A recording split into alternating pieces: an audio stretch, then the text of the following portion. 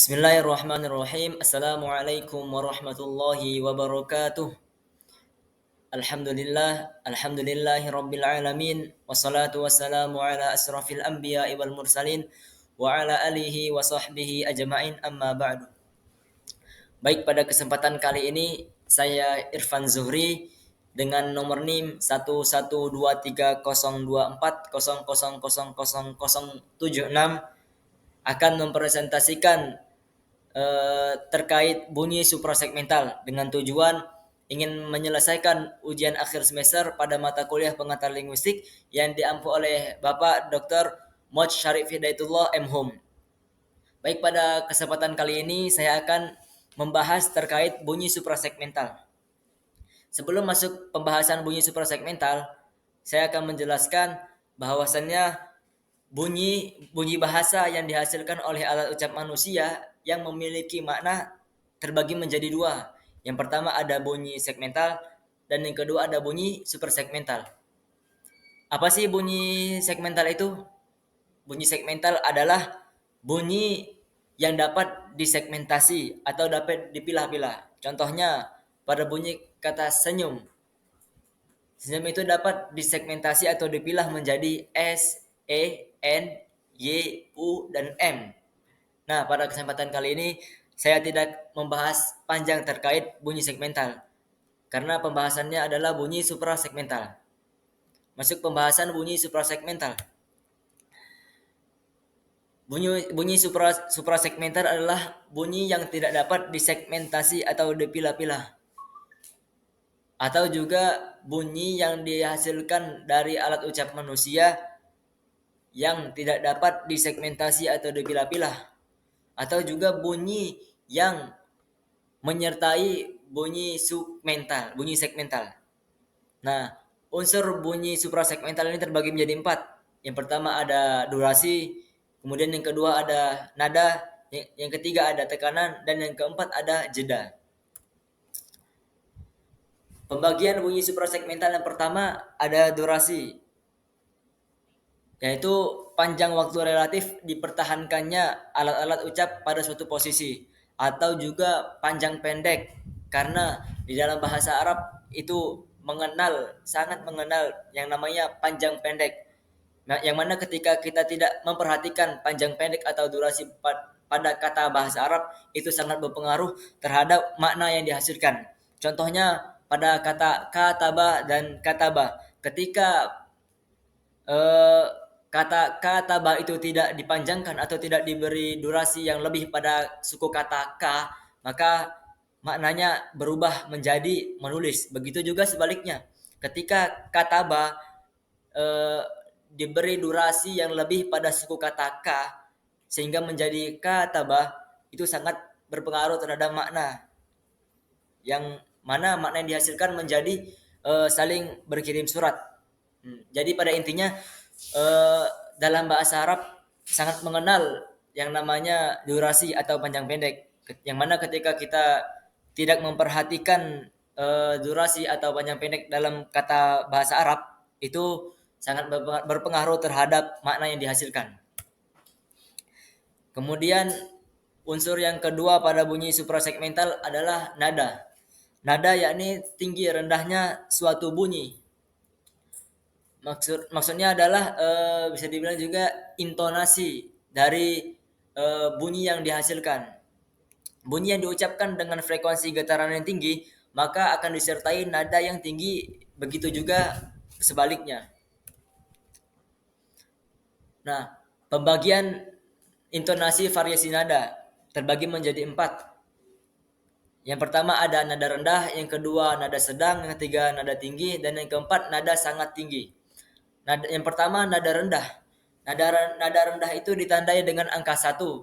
Kemudian nada sedang ditandai dengan angka 2, dan yang ketiga nada tinggi ditandai dengan angka 3, dan nada sangat tinggi ditandai dengan angka 4. Kemudian contoh nada. Di sini dapat dilihat pada slide.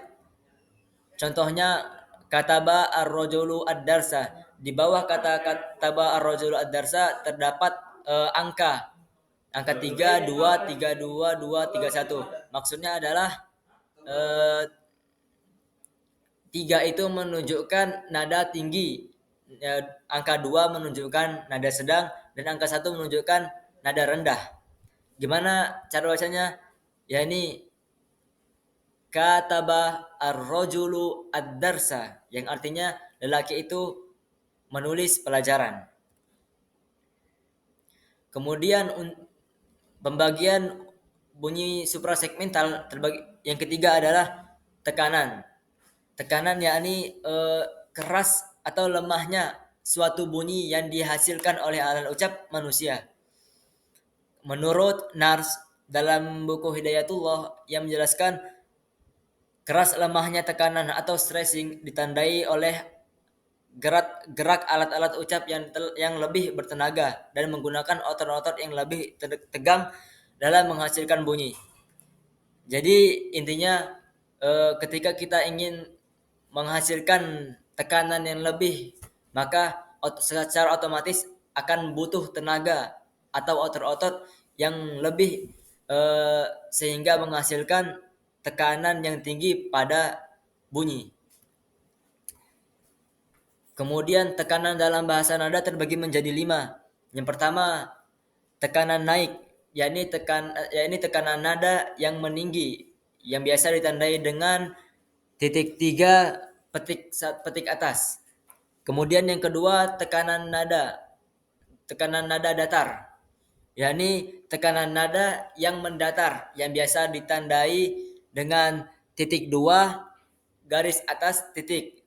Kemudian yang ketiga, tekanan nada turun, yakni kebalikan dari tekanan nada naik. Tekanan nada turun adalah tekanan nada yang merendah, yang biasa ditandai dengan titik, kemudian petik atas, kemudian titik 2. Bisa dilihat pada slide tandanya.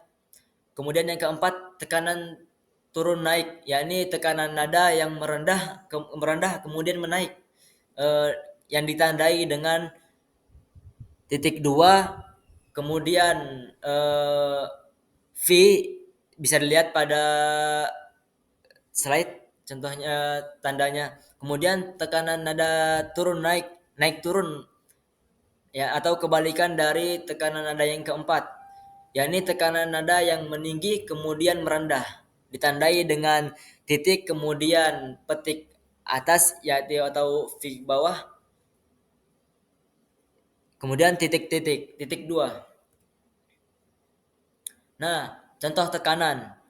Contohnya itu pada kata katib dan kitab.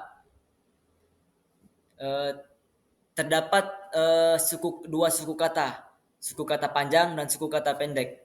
Maksudnya apa? Maksudnya suku kata panjang ini diberikan tekanan yang lebih daripada suku kata pendek. Katibun. Nah, pada kata ka dan tab itu suku kata panjang yang mana ketika kita mengucapkannya diberikan tekanan yang lebih tinggi dibandingkan suku kata pendek, yakni tib dan ki. Contohnya katib dan kitab. Jadi diberikan tekanan yang lebih pada suku kata panjang. Kemudian pembagian unsur suprasegmental yang keempat adalah jeda. Jeda adalah suatu hal yang menyangkut perhentian bunyi dalam bahasa. Suatu bunyi segmental dalam suku kata, frasa, klausa, kalimat, dan wacana pastilah disertai dengan bunyi suprasegmental perhentian di sana sini, atau disebut juga dengan jeda. Menurut tempatnya, jeda dibagi menjadi 4. Yang pertama, jeda antar suku kata. Antar suku kata ditandai dengan tambah. Kemudian jeda antar kata dalam frasa ditandai dengan garis miring 1. Kemudian yang ketiga, jeda antar frase dalam klausa ditandai dengan garis miring 2. Dan yang keempat, jeda antar kalimat dalam wacana ditandai dengan pagar.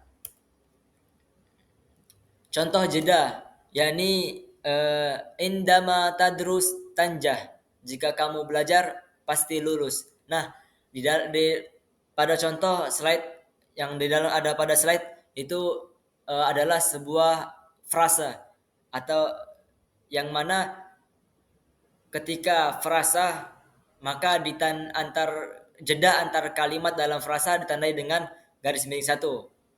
Bisa dilihat pada slide indama tadrus tanjah. Jika kamu belajar pasti lulus. Mungkin cukup sekian yang dapat saya sampaikan. Semoga apa yang saya sampaikan bermanfaat bagi saya pribadi dan tentunya kepada seluruh yang melihat penyampaian materi saya ini. Cukup sekian. Assalamualaikum